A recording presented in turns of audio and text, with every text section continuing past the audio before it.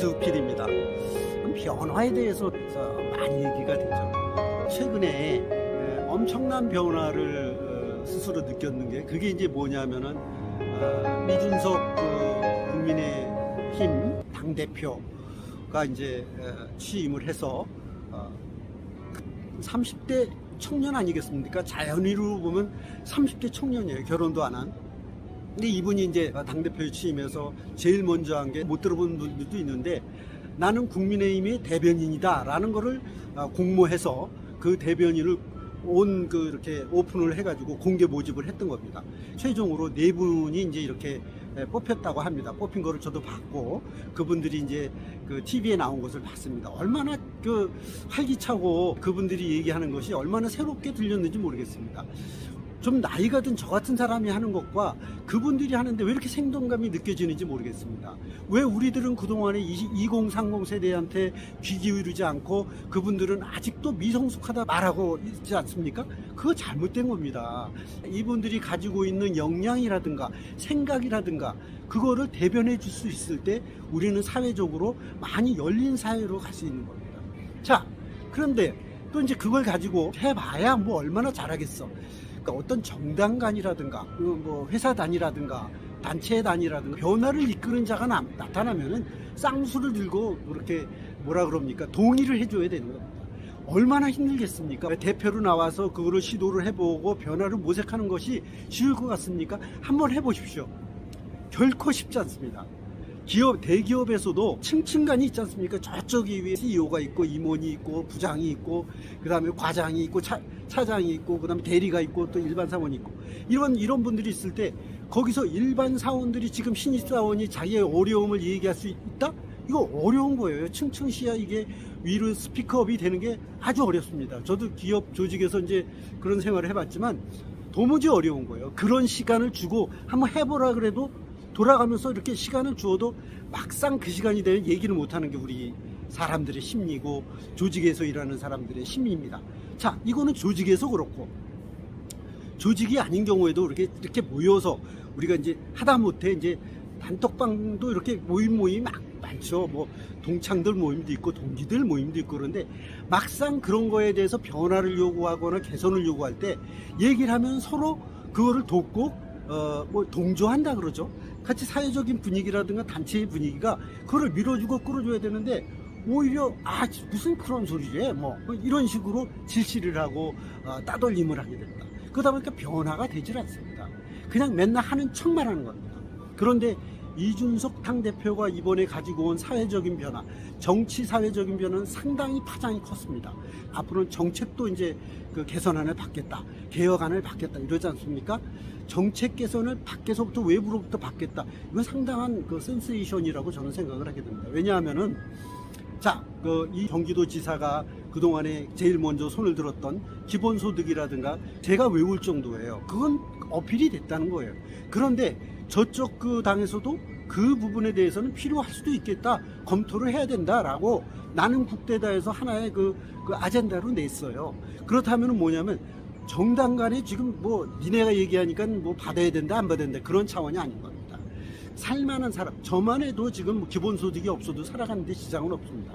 그러나 저도 예를 들어서 수입이 없는 상황을 지금 회사에서 나와서 한 이게 10년 정도 되니까 이게 이제 수입이 없는 거예요.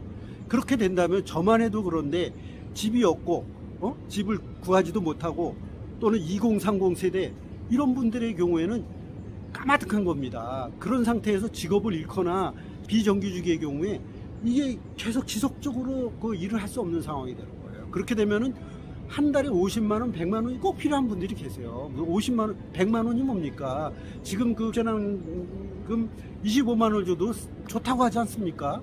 그런데 그거를 무슨 뭐 국가에서 큰 그 수혜를 주는 양 줄까 말까 이러고 있고 이런 건 안 됩니다.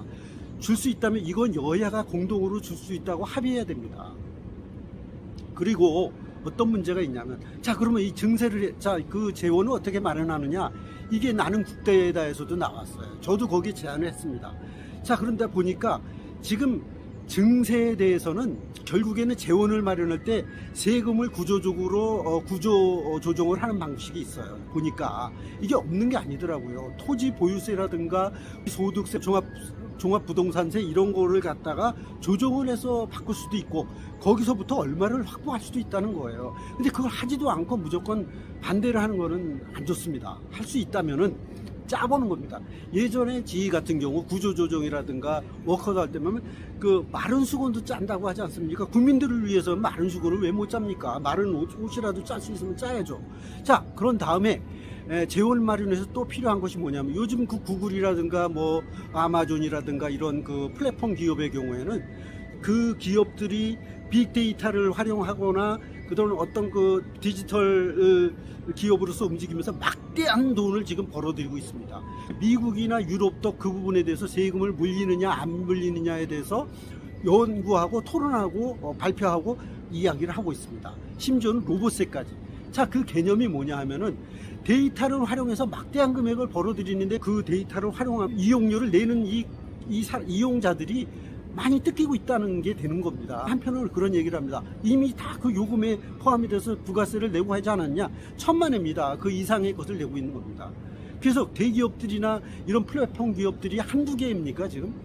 그래서 그 기업들이 뭐 하다못해 애플 같은 데도 1,000조 원 아닙니까? 기업 가치가 1,000조 원, 2,000조 원 간다는 얘기인데 이런 기업들이 유럽에서도 이미 이제 그거에 대해서 증세를 하겠다 이렇게 되는 거예요. 그 미국의 바이든 대통령은 이 IT 쪽에 상당히 강하기 때문에 아주 조목조목 들여다보고 있습니다. 이거는 양당이 여야를 갈 거 없이 국가에서도 좀 세부적으로 공부해서 연구해서 토론에 붙이고 청문회도 해야 됩니다.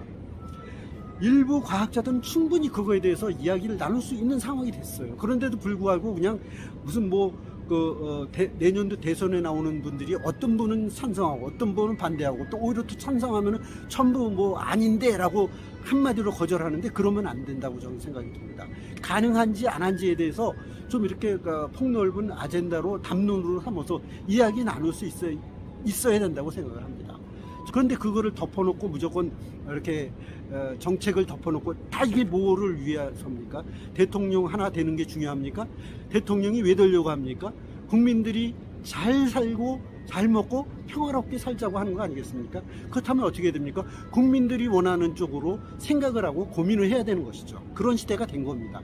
지금은 여야를 떠나서 국민을 위한 정책과 공동체가 살아갈 수 있는 그 길을 마련해야 됩니다.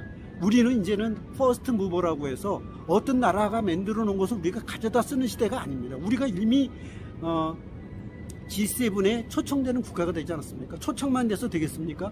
이제 G7, G8에 들어가는 겁니다. 그래서 우리나라가 오히려 만들어내야 될 때가 된 것입니다. 여러분, 남에게 맡기지 맙시다. 남 탓하지 맙시다. 우리나라가 스스로 만들어내면 안 되나요? 잘하고 있지 않습니까?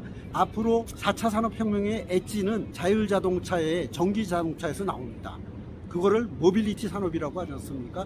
거기에 세부적으로 부과되어 있는 배터리 산업, 그 다음에 반도체 산업, 그 다음에 승용차 이 차체 산업, 이거 다 우리가 갖고 있지 않습니까? 그 부가 산업이 얼마나 많습니까? 기본부터 처음부터 다시 시작하자고요. 국민들을 위해서 기업의 이익만을 생각하지 맙시다.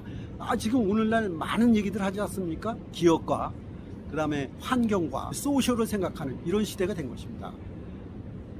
우리 모두 다 같이 중지를 모아서 새로운 대통령이 뽑히는 내년에는 모두 새로운 길로 나갈 수 있는 정말 어려운 분들이 어깨 펴고 살 수 있는 그런 사회 분위기를 좀 만들어야 되겠습니다.